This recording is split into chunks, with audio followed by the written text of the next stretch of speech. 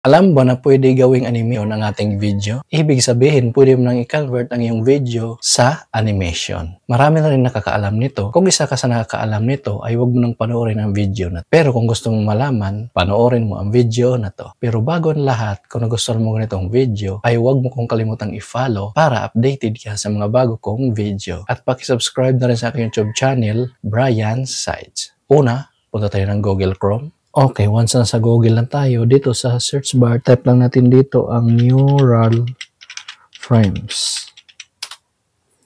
Then, pinutin natin tong neuralframes.com.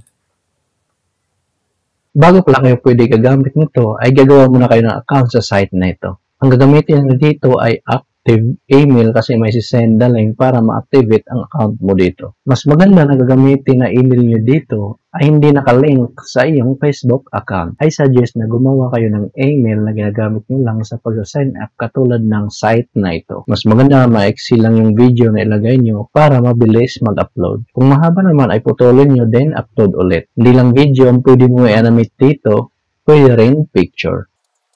Then, pinutin lang tong start now. Then, pinutin lang tong start new project. Then, pinutin lang tong upload image or video.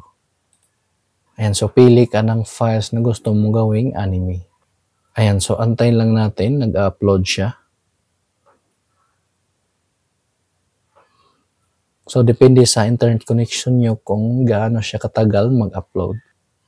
Ayan, so, ito na yung lumalabas. Welcome. Do you want to add a song from our library? So, pwede mo siya lagyan ng music. So, hindi ko na siya lalagyan para iwas copyright. So, kung gusto niyo lagyan, ay pindutin itong upload ng computer o di kaya pili ka sa library nila. So, since hindi natin lalagyan ng sounds, ang gagawin lang natin ay click lang tong no thanks.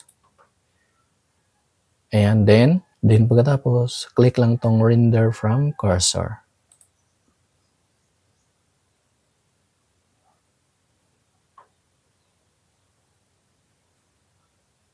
Ayan. So, antay lang natin matapos. Ayan, so ito na yung video natin. No? So, naging anime na siya. So, antay lang natin matapos. Ayan, so ito na yung video natin. So, subukan natin i-play. Ayan, so pwede nyo na siyang i-save. So, para ma-save nyo ay pinutin lang tong dito sa taas. Save as to your video. Then, save as. Then, video title. Brian Anime.